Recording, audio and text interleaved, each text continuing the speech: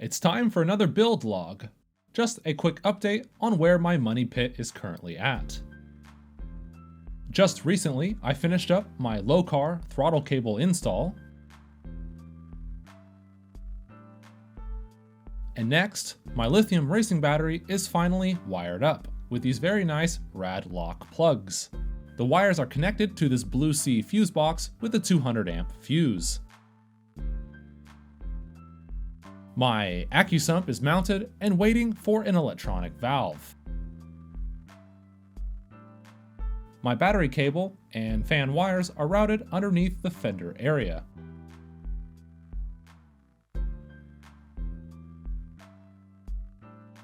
My cold air intake is slowly getting there. My cold air intake heat shield is 3D printed, but my printer broke, so it only printed about half of it. On the right is an earlier version. The shield will keep hot air from entering the intake system using this massive Mopar Hemi filter. The throttle cable sticks through the firewall at an angle using an angled piece of aluminum that I made myself. I'll cover the fuel system later in the video. No steering column right now, as it had to be sent back because it was broken.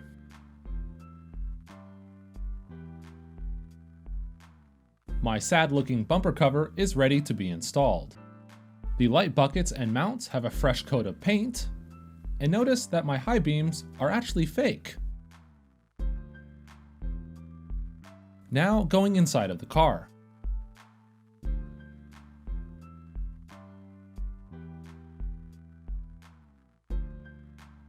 All my pedals are set up and work just like they should.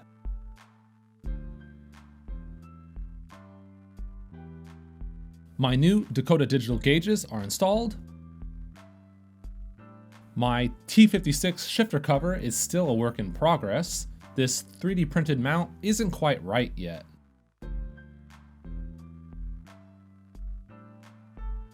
And ignore the wiring. It'll be organized when the interior is installed. I went ahead and re-sleeved some of my interior wires.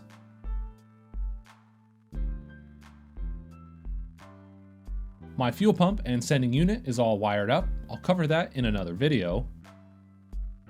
Scraps of interior are all over the place. I need to make a mount for the center section to bolt to the car, as the automatic shifter isn't there anymore, so there's nothing to bolt to.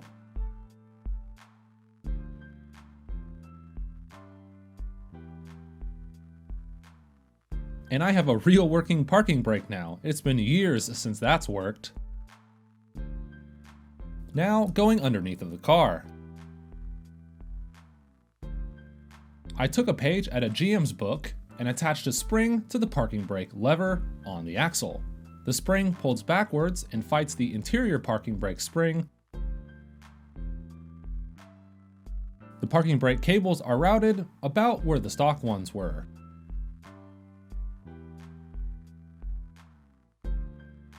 And this is a shot of my 3D printed fuel pump firewall plug.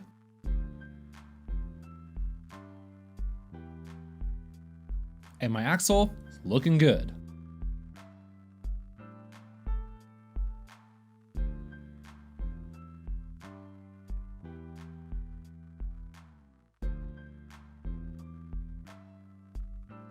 And since it's wintertime, this propane heater is keeping me from freezing to death. My oil cooler is mounted with rubber bushings and is ready for new lines. A one-way valve keeps the AccuSump from fighting the oil flow through the radiator. I then have two 90-degree bulkheads for the Dash 10 oil lines. The lines will run under the intake and through my engine bay, ending up at my oil thermostat.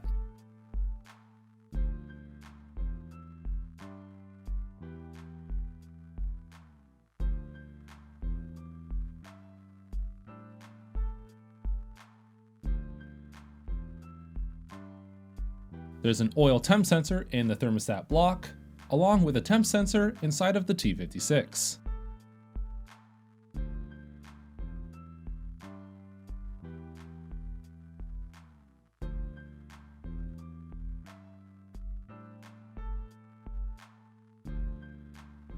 And next, I'll show some fuel line shots from a little while back.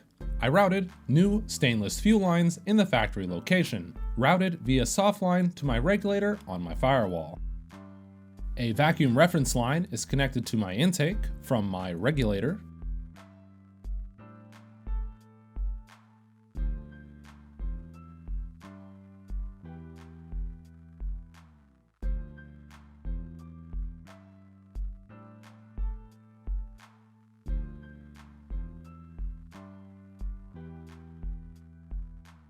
Some soft lines go from the gas tank to the hard lines. The stock gas tank pressure valve is mounted up.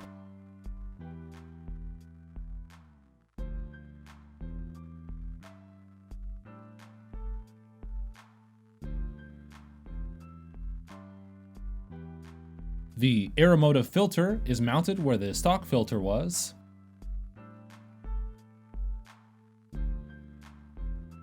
Then stainless hardline is covered in heat sleeving that runs the full length of the car. And that's with my stainless brake line right underneath. And in hindsight, I should have just used some PTFE softline. That would have been significantly easier.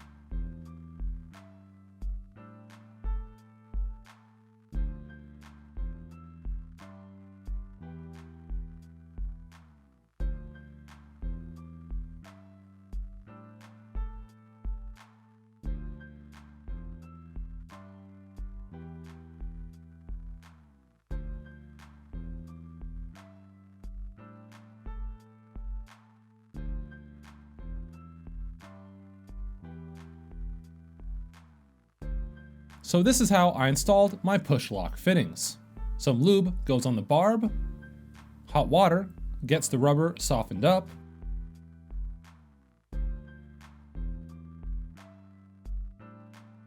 it's as simple as pushing the line into the barb.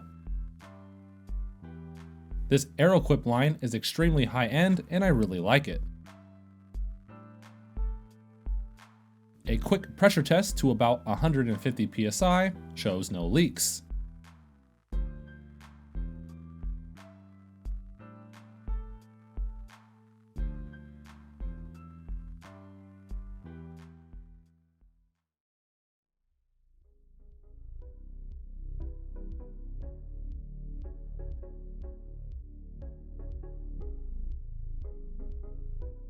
I then pressure tested the entire system, then checked for leaks with soapy water.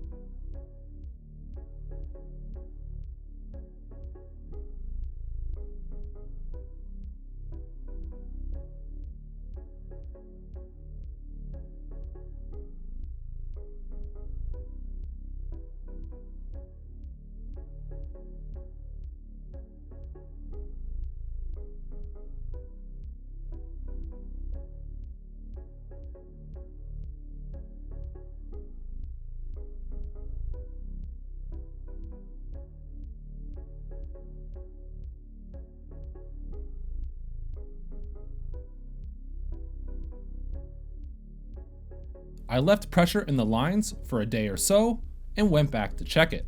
I think maybe 2 psi bled out in about 24 hours, so that's good enough for me.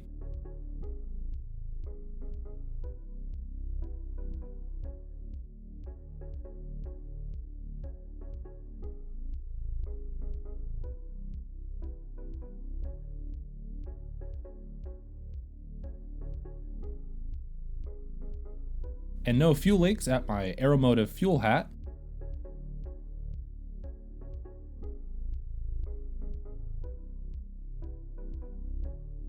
For anyone wondering, this is the other half of what I did to remove the HVAC box that's underneath the dash.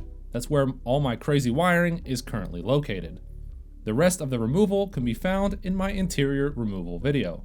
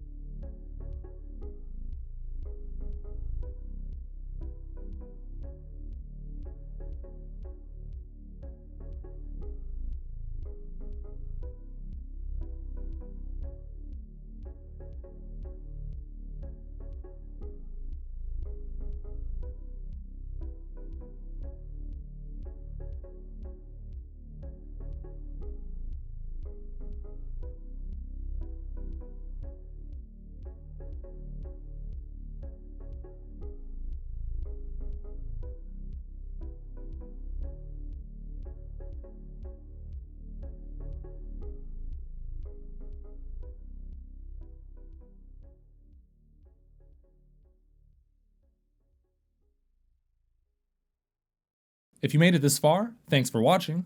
Consider supporting me on Patreon and remember to follow me on Instagram.